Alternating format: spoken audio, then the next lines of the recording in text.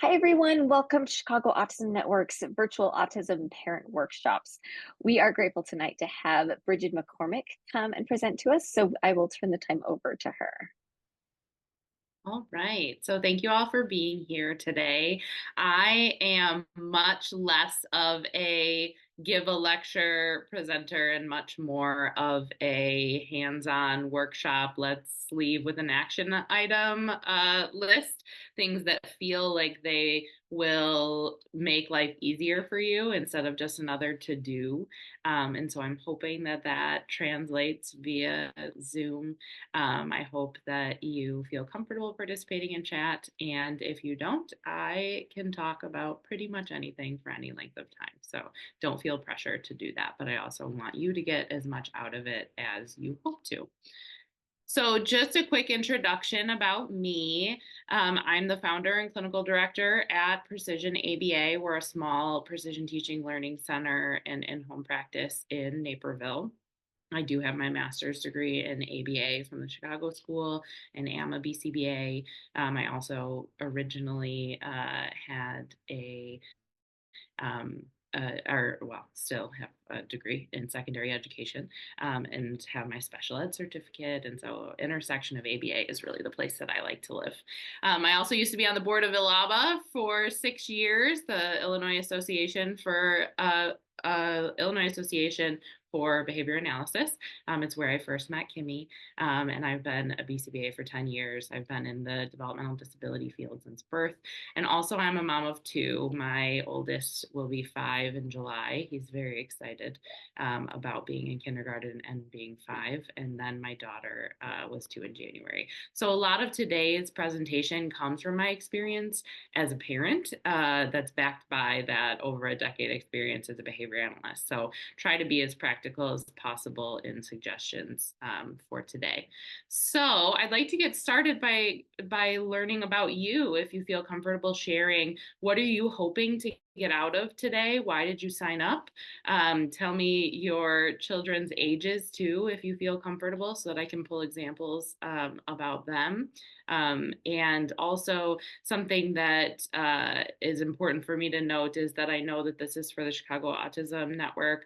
I work with autistic children in every day in my practice. My brother is on the autism spectrum, and he prefers person first language, so he's my brother with autism, and so I have all of that experience, but also, like, parenting in general is about parenting, and also relationships for everybody. So not nothing today is specifically geared toward the autism community or children with autism specifically. Jessica? Hi there. My name is Jessica. My son Henry is 5 years old. He was diagnosed autistic at about 2.5. We say is mostly non-speaking. And we did go to the potty training workshop, but haven't quite fully gotten there yet. And I'm hoping to get out of today. Part of why we haven't fully gotten there with potty training is he's definitely in the no phase. And of course, we want him to feel empowered to say no to adults for, several reasons, but at the same time, that it's become a little bit of a challenge. You can't always go first in life, unfortunately. So hoping to work on that. Yeah, thank you so much for sharing, Jessica. I appreciate that. So 7-year-old and 3-year-old, 5, diagnosed at 3.5. Okay. So I want this to be useful for you. So, obviously this doesn't take place of parent support. That's done individualized for your family, but also I want it to be something that's meaningful for you. And so if at any time you have questions or you want to give an example, like, I want this to be an interactive presentation and not just focused on, the slides that I have prepared. So feel free to interrupt and drop things in the chat. So the topics that I'm hoping to discuss today, and I typically talk very fast, but I will try not to because it can be overwhelming, but also have tons of stuff to get through. But this is in general the topics that we're going to talk about today. What are your parenting values? Giving rationale around boundaries, setting house rules for your family, negotiations around those rules and specifically those boundaries, and then Q&A. But I want this Q&A to be throughout. So to start talking about values, I pulled Precision ABA values just because I want a model for what values look like and something to talk off of. And so values are such a buzzword right now, and people are talking about it all the time. For me, the way that I conceptualize values, I think of them as the ruler that we use to measure our decision making on. So, does this measure up to the things that are going to bring me closer to the things that I care about? Or does it push me further away from the things that I care about? And so our Precision ABA values is ABA therapy from a precision teaching lens, compassionate care, trauma-informed, client-centered. This is all the background that I'm bringing to our presentation today. And all of those values, compassionate care, trauma-informed, client-centered, all of those are buzzwords that people use today. And buzzwords tend to be off-putting for me because they're meaningless. But also, what that means for me is building authentic connection with my own children, with really all children and humans that I interact with, showing up as ourselves and being accepted for that belonging piece, building community, which is why I'm here today, because being a part of talking to people like you really fuels my spirit, and fills my cup, and always working toward growth. And so as a parent, we're always growing. As humans, we're always growing. Like we learn new things, we apply them. Hopefully they improve our quality of life. And sometimes they don't, but those mistakes eventually, hopefully, do. And so my own personal values as a clinician is looking at the child that I'm supporting and where they're at, identify the goals that are important to them, and then work to build those skills across time, and not just pulling things from an assessment and helping to just filling in a grid. And so I'm telling you this so that you understand my background and where I'm coming from today, the type of human that I am, and also the type of clinician that I am, and really to just kind of kick off that conversation about values in a potentially less personal way. At the bottom of this screen and all other screens is a QR code. The QR code will if you put in your email, it'll send you like workbook, like a 3-page workbook to like jot notes down today, if that's something that is of interest to you. And it has like prompts and openings to be able to take notes. It will sign you up for our website at Precision ABA. And so if you prefer not to do that, no problem. You can email me. My email is brigid@precisionaba.com. It's also on the last slide, so you will have it that way. But just in case you are a person who likes that visual and want to have that, we did have that for you. We have a couple other comments in the chat. 13, 10, 7, 6, 15. Setting boundaries. Okay. Boundaries are liberating for everybody. Okay. So thinking about what your values are as a parent, what's important to you? What are those guideposts? What is that ruler that you measure your own? What's that gut? The parent that you want to be. What are the things that are important to you as a parent? If you feel comfortable, drop it in the chat or feel free to pop on if you'd like to. So for me as a parent, things that I value in my parenting and in my relationship with my kids, and a lot of times also, I mean, there's a lot of parallel between my like mothering instincts with the kids that I support too. Like these are all still values and how I interact with people in the world, is belonging. Belonging is really important to me. I want people to feel like they belong. I want to feel like I belong. I want people to feel comfortable being themselves, accepting each as they are and respecting that. And so like for Henry, I think his name is Henry, making sure that he knows that he's respected, his no is respected. And then obviously, with well, we'll get to that. But accepting them as they are and how they show up. Honesty is something that's a value of mine as a parent. I'll always be honest, without oversharing, but being honest with my kids. Learning is also a primary value of mine. And so if you don't feel comfortable sharing, that's totally fine. I also imagine plenty of you are in the midst of listening to me while you're putting kids down to bed or making dinner or driving.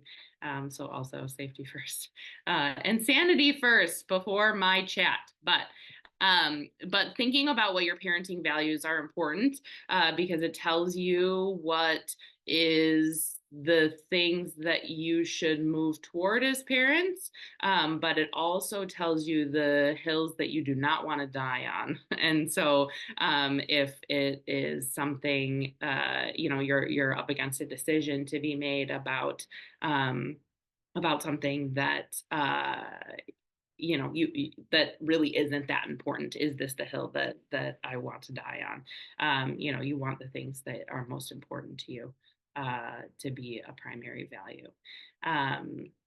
So independence is something, teaching our kids to be independent. I think that is tied to their success as humans, being able to independently navigate the world, being able to make choices that make them feel comfortable and safe. I think that is a great value. And also, my opinion on your values doesn't matter, so I shouldn't even reflect that. Loves their kids and helps them to be the best versions of their true selves as they can be. Yes. And sometimes that does mean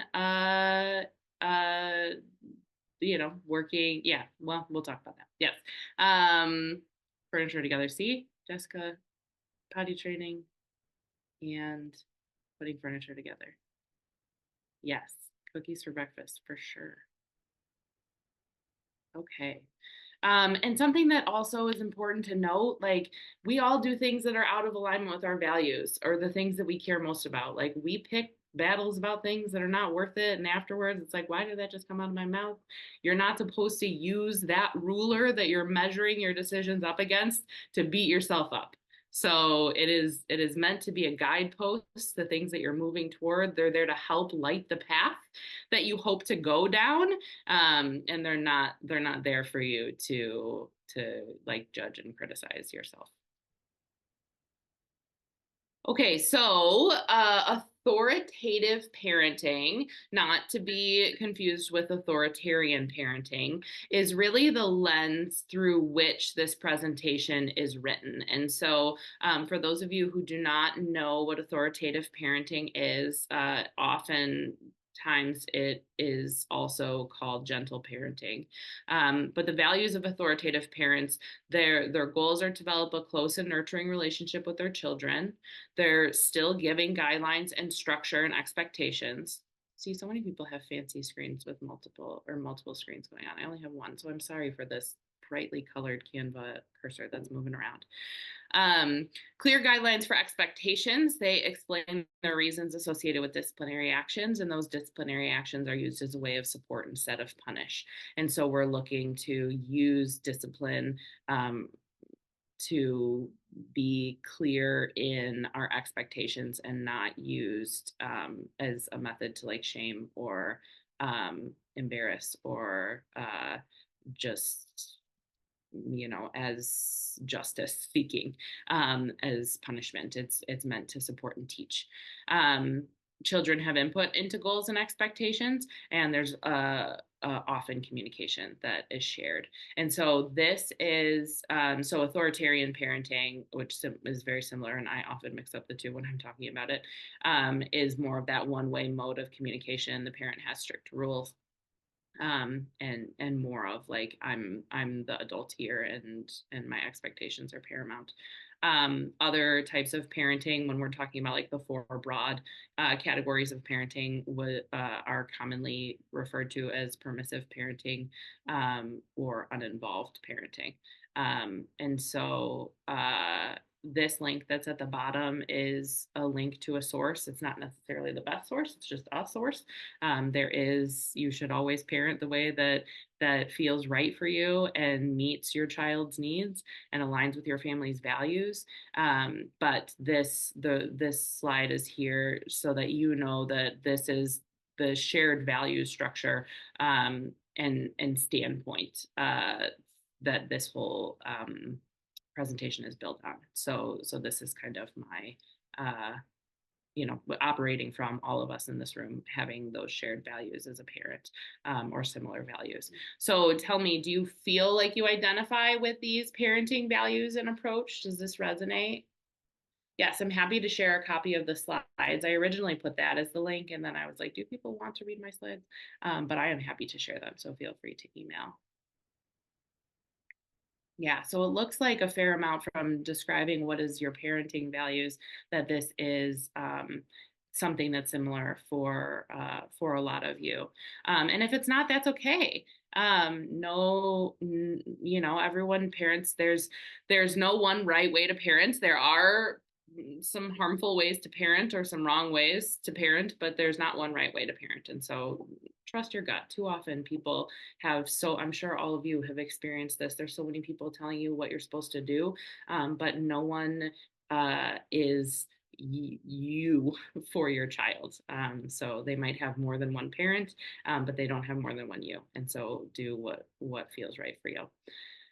So often parenting feels like a tug of war. It's like a game. It's back and forth, struggling to get things done, trying to get them out the door, get them to stop fighting, constant back and forth about everything. Everything's a battle. And sometimes it is for kids like Henry and my Benjamin, who have very strong opinions about the world. I will assume I have put all of my own son onto Henry. So sorry, Jessica, but has lots of strong opinions and knows what he wants and knows what feels right for him. And I love it for him, and I wish I was more like him. But it does lead to a lot of constant back and forth for us. And so today, the sharing power, dropping the rope, walking away from the game, and instead being more of the coach on the sidelines, cheering, setting the game rules, interfering if things don't go well. You're creating structure, you're calling the plays, you're celebrating the wins, you're helping them problem solve and teach when things aren't going according to plan or when you're on the practice field, but you're not the one that's in the game doing the battling back and forth with your tug of war rope. So think about this. If you can't tell already, I like to talk and think in metaphor. I like to think about how things parallel in real life. And so hopefully that tracks for you. Okay, so think about the person you feel safest with. And if you want to drop this in the chat, feel free, but also think for yourself, what traits make you feel safe with people around you? So think of your safe person, whoever that might be. Oftentimes, when people are thinking about the person that they feel safest with, is people who you can trust. And when you're thinking about people that you can trust, you're thinking about people who are predictable, who you can count on, and people who have that consistency. So I'm much more likely to trust not with my deepest vulnerabilities or my needs, but I'm going to trust people who consistently show up terrible to me. I will trust that they will consistently show up terrible to me, and I don't feel safe with them, but their consistency allows me to know exactly what I can predict that they're going to be. People who are super empathetic and with us, and we can count on some of the time, but other times are very quick to snap or be defensive, or I mean any number of things that I'm sure that you can put in that sentence based on your own experience. Those people are people who we don't feel safe with because there's not consistency that is happening for them. So you can trust those people who are consistent. Jenny, I'm just going to take a second to speak to what you just said, because I think it's so important to name that. I thank you for naming that for all of us. I think that that in parenting, you're always wondering if you're doing enough. And when you have a child who doesn't have the same uh, ability to describe what's happening for them, and you're having to think for them, or make assumptions about what they're thinking, I should say, because they have plenty of things that they're thinking about, and plenty of opinions that are happening, but you don't always know what they are. I think that is so hard, and I think that is why it gets so easy to get sucked into what other people say that life should be like for you. And so I hope that I don't come across in that way too, that parenting correctly doesn't exist, and if we all had a crystal ball, man, life would be easier. So you are here, which means you are committed to growth. Even if you were not here, you could still be committed to growth, but um, that means that you're doing enough, and you should acknowledge yourself for that. Because if people who aren't doing enough aren't thinking about that, because that's the last thing on their mind. So if you're thinking about whether or not you're doing enough, you're doing enough. Easier said than done, because I need that same message on a regular basis. Okay, so let's talk about boundaries. And for the sake of this presentation, boundaries and expectations feel synonymous to me. Talking about boundaries, if you're looking into like the psychological or psychologists who speak about boundaries, typically it follows a format of I need this and this is why. And if I don't get that, then this is how I will respond. For the sake of this presentation, it's similar, but when we're talking about parenting, we can't always just think about how we're going to respond about what we need, because we're thinking and setting boundaries for our kids too, and they don't have the ability to do this for themselves. So there's so many people who are talking about boundaries who know way more than me. Nedra Tawwab is amazing. She has so many wonderful insights, and she's on Instagram and has books about boundaries, and life. Dr. Becky Kennedy also about setting boundaries with kids. She's brilliant. And so for the sake of this presentation, we're talking about boundaries and expectations interchangeably. Boundaries typically are this line that I will not cross. Expectations, when we're talking to kids about like having, getting ready and getting out the door and doing, not fighting with their siblings, and being safe with their body, and not eloping or doing other things that are going to put their body in danger. Those are not like technically boundaries, and they are. And for the sake of this presentation, we're going to talk about boundaries and expectations synonymously. So boundaries are valid. Giving and having boundaries for yourself is something that's valid. There's so much information out there, especially on social media, that really our kids come first, and of course, and that we should come last, whether it's explicitly stated or not, that we should always be pouring and giving to the people around us, and that just isn't feasible. Having time and having opinions and having needs yourself is something that is valid. And sometimes that can be tricky when your needs and your child's needs are not compatible. Maybe you're feeling very sensitive to touch and they want all of the touches.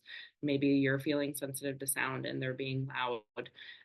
You get to have the boundary, and that's valid because you need to protect yourself so that you can better be able to support your children. And so it's critical to our mental well-being. Boundaries also have to be functional. They need to function within the space, and they will change based on the context, so that boundaries are contextual. It changes based on the context. I could say you cannot take your clothes off when you're around people, but you can when you're at the doctor, and you can if you're in a changing room, and you can if you soil your clothes at school. So having those firm boundaries, flat rules will not serve a lot of times. They have to be based in that context. And then those arbitrary boundaries to diminish the relationship that we all agreed that we want to have with our kids. And so if things are arbitrary or they feel unfair, then they're much less likely to be upheld. And I think also in the same line of people who think that parents should serve last, and people should, that we should always be focused on following our kids' lead. And there's a lot of missing messages about what child-led means, and meeting the kid where they're at. Boundaries build respect and they build community. And what I mean by that is, if we can teach our kids that they are allowed to advocate for their wants and needs, and people around them will advocate for their wants and needs, that builds self-advocacy skills, which are essential. Being a strong self-advocate will protect all of us in so many ways. Of course, it won't, it's not foolproof, but it's so essential, especially as we're working with neurodivergent children and helping raise children, period.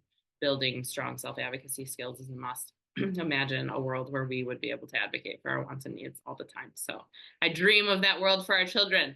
But so setting boundaries and honoring those self-advocacy statements, those boundaries from other people, it shows our children that we respect them. And in turn, it shows them that they should respect other people too. And so it also helps build that community, that as community members, regardless of if we're talking about the community within our house, if we're talking about the community within their clinic or school, or the community in your town, communities have shared and understood boundaries. And so if we teach our children that we respect other people's boundaries, then that helps build that community. So people get nervous about boundaries, that it means that like what I say I will do and I will follow through and I will force compliance. Force compliance is not something that is a value of mine or something that I ever do. Everything that I do as a behavior analyst and parent is looking at, that's not true as a parent. Sometimes the going gets tough and we just have to brush our teeth and put our shoes on and get out the door. But as a professional, looking at compliance is just dangerous situation. So boundaries for me are the line which I will not cross, but there are some times that there's negotiations within those boundaries. So boundaries are liberating, even though it's putting expectations and rules for people. I just saw your comment, Jessica. So people get nervous about that. Like, is my kid going to follow these things? Is this going to be, am I just putting more rules in their life? And that is something that is, man, I just got hooked on like 7 different topics that we could be talking about. So Kimmy, I'm coming back. But boundaries overall are things that are going to have the opposite effect. They're going to be more liberating. They're going to empower everyone in the household. They're going to bring everybody closer together, and build better community across time. So even though it feels like maybe it has the connotation that it's more oppressive. Rationale is an essential part of boundary setting with children. So when it comes to me, I can say, I don't feel comfortable giving hugs. And another adult should not question that or say why. I should be able to say, I don't drink alcohol. And I shouldn't have to prove to people why that's a valid boundary. Neither of those are necessarily true for me. I'm just pulling things that maybe are common. But when we're talking about children, understanding rationale does 2 things. It shows them that there's a reason for this. So if we're talking about potty training, understanding that like the reason that we want to do this is because we're able to keep you, whatever your reasons are. We want to be able to not, diaper changes are hard, so let's skip them. We want you to be able to not have to rely on other people at school. We want you to be able to not have rashes because you're able to have more air in excess. And so it's not as humid. So understanding the rationale for why you're wanting to do what you do helps our kids understand that you are not just trying to control them and make rules for their life that they don't understand. Sharing that rationale takes a difference between like, you have to do this because I said so, to you have to do this because it's important for your learning and growth. And that often will lead to mutual understanding and potential buy-in. It also models for kids our decision-making skills, and it helps our kids better understand why we're doing what we're doing, to be able to teach them why they're doing what they're doing. So we can say, hey, I need you to be quieter in here because this person's working. They're like, oh, okay, connect that. I need it to be quiet in here because that person is working on the computer. Or, hey, somebody is in this bathroom and that's why the door is shut. And so I need you not to try to open it because they're going to feel nervous that you're going to come in. So understanding that rationale, if they understand the why, they're more likely to understand the what, even if they forget what that what is. They can fall back on the why and maybe problem solve on their own about what they're supposed to be doing.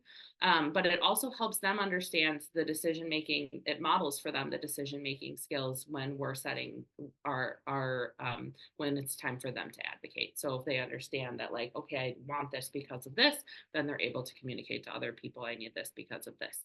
And this is not, they might not be able to say it to you if your child doesn't have the communication skills to be able to relay their decision making. That's not what I'm talking about here. I'm talking about their ability to understand that, to receptively understand that, and people understand when they don't feel comfortable, regardless of ability. And so being able to identify that within themselves, even if we can't see it, if we're modeling this language so that they're able to identify it in themselves and be able to do something about that. Rationale also gives us a pause to check in on why we're saying what we're saying.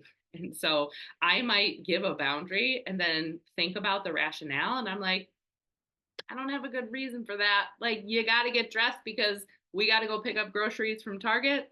Nah, it's not the hill I'm going to die on, because I don't care if you're wearing pajamas when we do the curbside pickup, because I'm never going shopping in a grocery store again.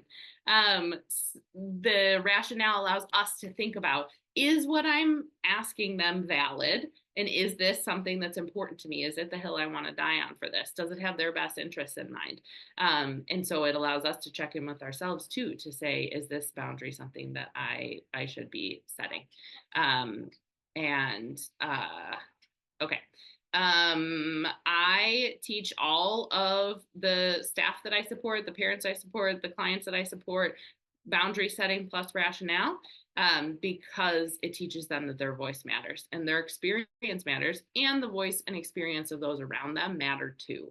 And so for kids who have an autism diagnosis, oftentimes they struggle with that perspective taking and understanding another person's perspective, and having that glimpse into their life and that into your life, and that rationale can help them take that perspective for those around them too.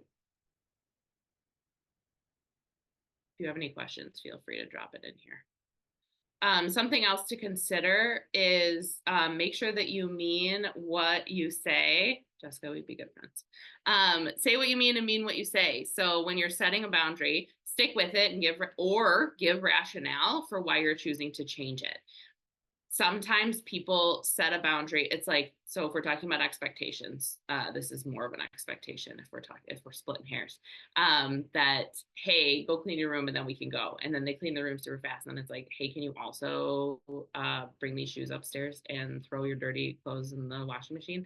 It's like that starts to degrade trust. And so stick with it, or give a rationale for why you're choosing to change it. Hey, I know I told you to pick up your room and then we would go, and I was thinking we should get this laundry going because you wanted to wear that shirt again, so go and grab it. If you have a younger child or a child who doesn't have full grasp of that, like, rationale statement to be able to say, like, this is why I'm changing it, then maybe stick with the boundary or the expectation, and not choose to change it, because it can degrade trust if you don't say what you mean. Building trust in a relationship means being consistent. And so even for a 2-year-old that you're talking to, like, They know what it feels like in their body. They know how they feel when they're with certain people. They know what trust is, even though they can't explain it. And so don't, assume that your kids, regardless of their ability level, um, or their communication abilities, they get this stuff. They know what they feel comfortable with, and it's important to honor that. Okay, so then the next section is looking at house rules. So my house rules, these are my house rules for my house, and these are my house rules for the clinic mostly too. We keep our bodies healthy, we keep bodies safe, and we're kind. These are non-negotiable rules. And so I use these rules, I say them constantly, and I use them as part of praise statements, and I use them as part of corrective feedback too. So if I say, and also it's my rationale. So, hey, we need to cut our nails because we don't want to scratch somebody because we have to keep other people's bodies safe and our bodies safe. And we want to clean the germs from under them because we have to keep our bodies healthy. So those are rationales that go along with, that are paired with those house rules.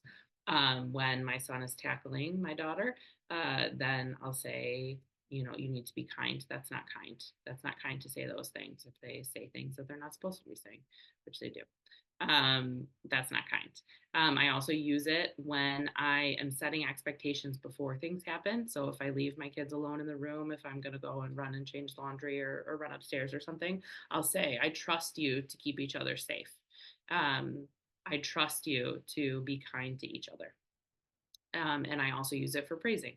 Hey, I like that you're keeping your voice down because, somebody is taking a rest. Or I like that you are tying that to the kindness. I saw that you cleaned up that game for Jimmy. And I know that, or that's being a kind friend. So I repeat these rules constantly. We use them as explicit rules. We use it for praise. We use it for setting expectations ahead of time, and knowing that those are those house rules or those established rules, and then having all of those examples of what healthy means, what safe means, and what kindness means. They might not understand what be kind means, but when I give all these examples, kind means being safe with my sister. Kind means picking up with my friends. Kind means asking somebody if they'll help me. Keeping our body safe means that we cannot stand on things. We can't stand on the couch because we need to keep your body safe. We need to keep other people's bodies safe. I'm not going to let you hit me because we need to keep bodies safe and I don't feel safe. I need to step out of the room right now because I don't feel safe. I don't feel like you're keeping me safe. Repeating those house rules regularly becomes a part of your language. It becomes a part of the understanding, the agreement that you have with your children that keep coming up.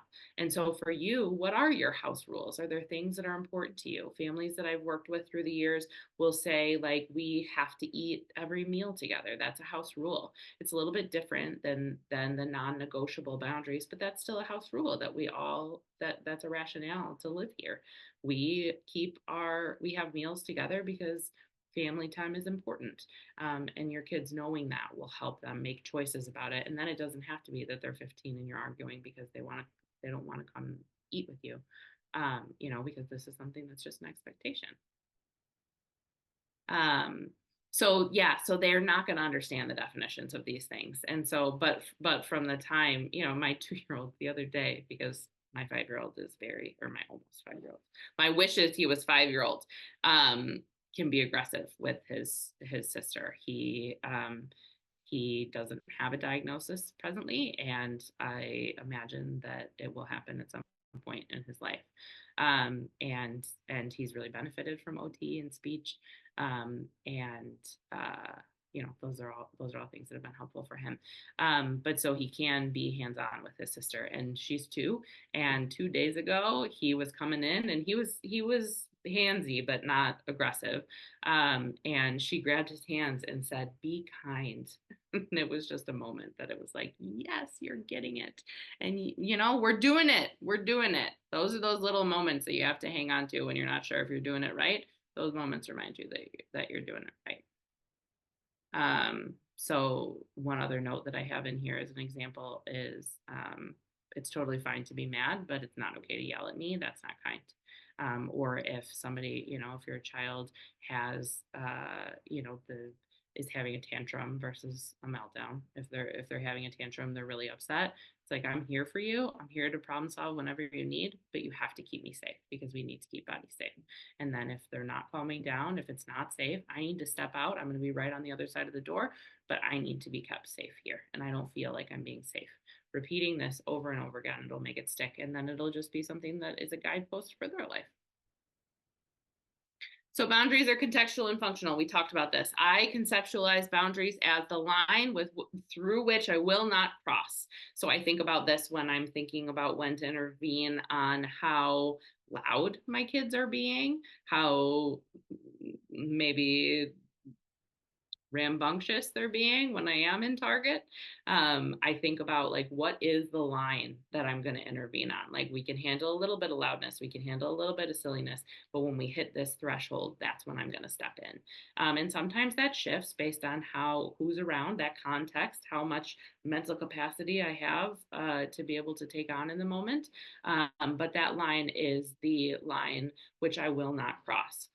So we have our non-negotiable that is on the other side of that line, but everything up until that point is negotiable. There's things that we can negotiate around that. So think about, like, if you're talking to somebody, you're just having a conversation with somebody, and then it shifts into something that is really personal or vulnerable or confidential. There's a line that you drop your voice, or that you shut the door, or you say, hey, let's go over here, or maybe we should stop talking about it. Like, that's something that we just do naturally. That's the way I want you to think about boundaries with your kids. So yes, we have to change your diaper. If we don't, you're going to get a rash. So we have to change your diaper because we have to keep our bodies healthy. But we can change it now or in 2 minutes. We can stand potentially standing change, or laying down. We can do it here or in your room. This other person is here too. Do you want them to do it, or you want me to do it? What works for you? Those are all things that we can negotiate. We can give them that power. We can share responsibility for decision making with them without it being this oppressive expectation. But the line is, we have to change your diaper. You cannot stay in a soiled diaper. The same with taking meds. If your kids take medication, there's a line. You have to take them by a certain amount of time in order to do this.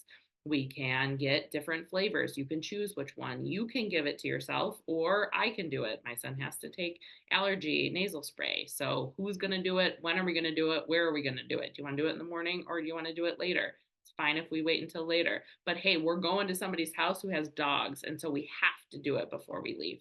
There's the line. There's the boundary. And so giving them a say in making these decisions is important, but you still have the boundary that you need to uphold. Sometimes everything's non-negotiable. If a 3-year-old's climbing on the counter, that's non-negotiable. I'm going to take you and move you because I am responsible for keeping your body safe. But other times things are totally negotiable, and it doesn't matter. There is no real boundary. Like, we're going to spend time together today, and we're going to negotiate all along the way. So I don't want you to think that like everything needs a firm set of rules. Everything needs a firm set of boundaries. We're living life. It's just, these are the core things that are going to guide your decision making in ways that can allow more freedom for all of you.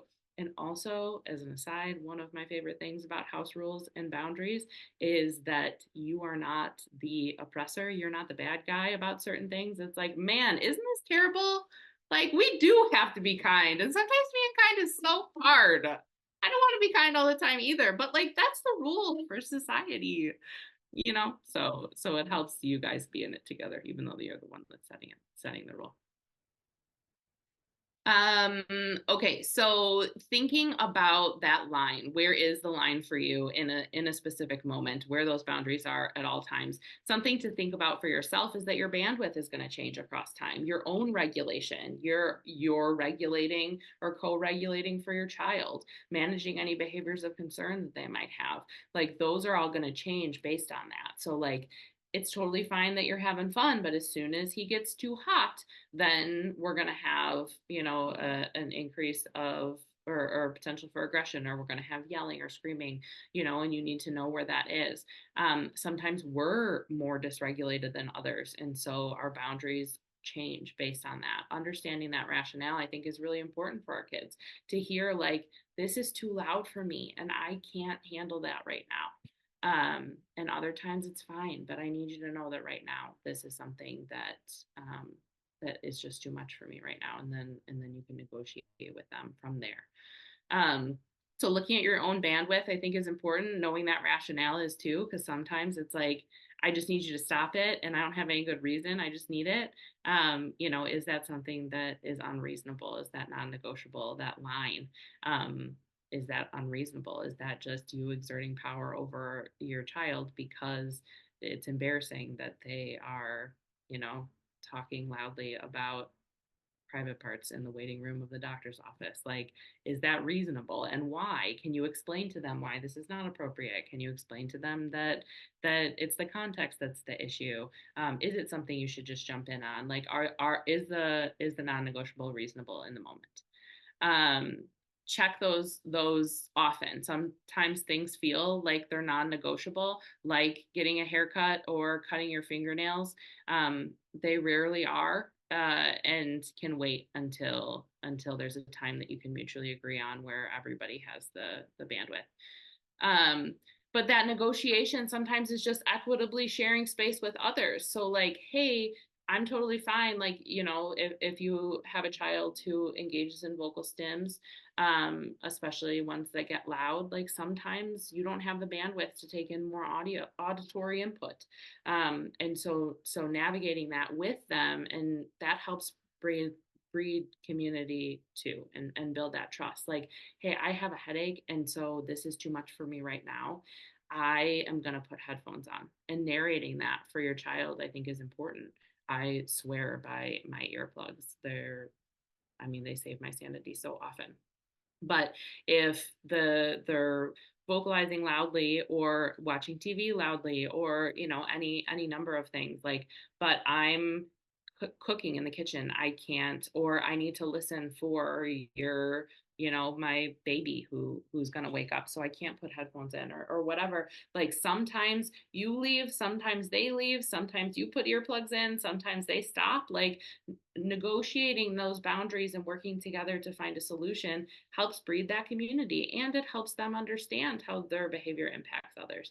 And I think that modeling that, even if it's not going to work the first time, it's not going to sink in immediately, but over time, it's really an investment in teaching them how to navigate and share space with other people.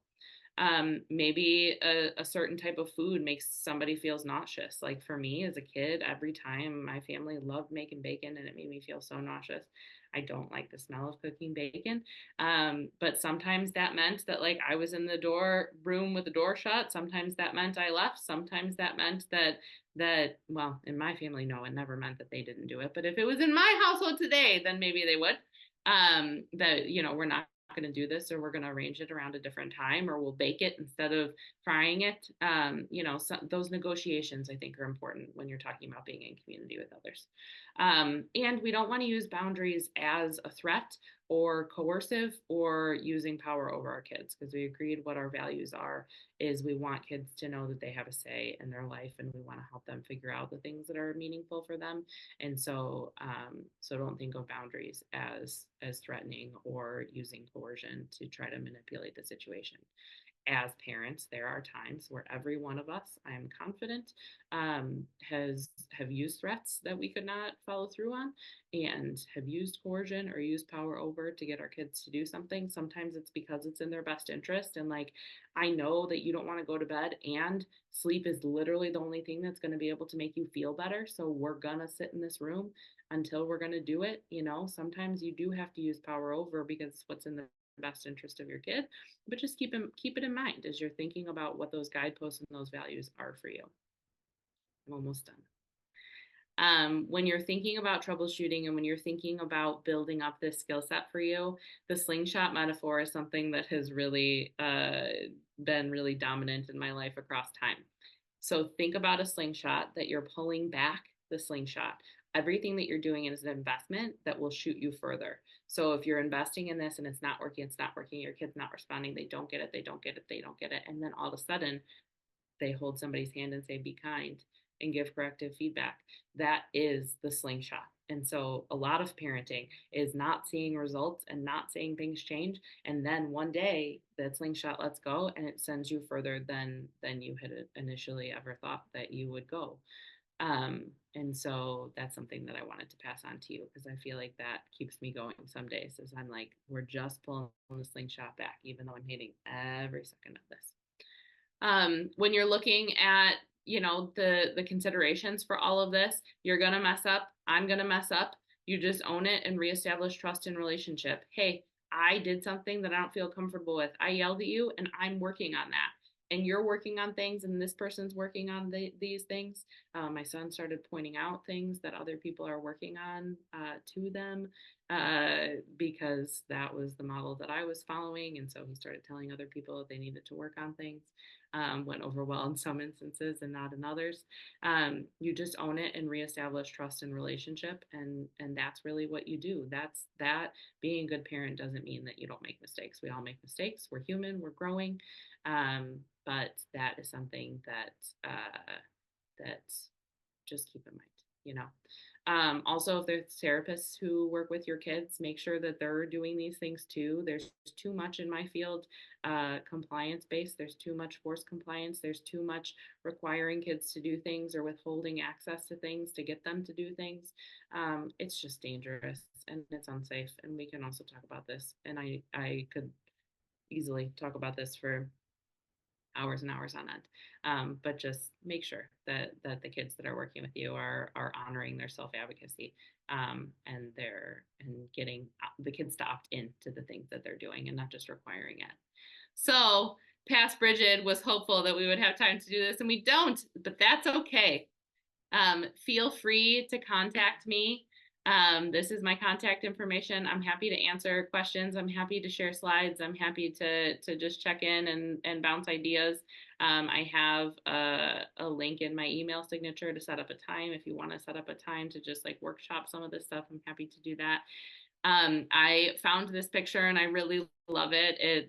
Our logo is a kite, and it's there because we believe our role is to be the support person to allow the kid to control their own kite and go as high as they possibly can, grow to new heights. But I think that this is rooted in all of our shared values, that we want to give our kids the tools that they need to soar their own kite and figure out the person that they want to be. And so hopefully this helps them learn the rules and expectations to be able to get there.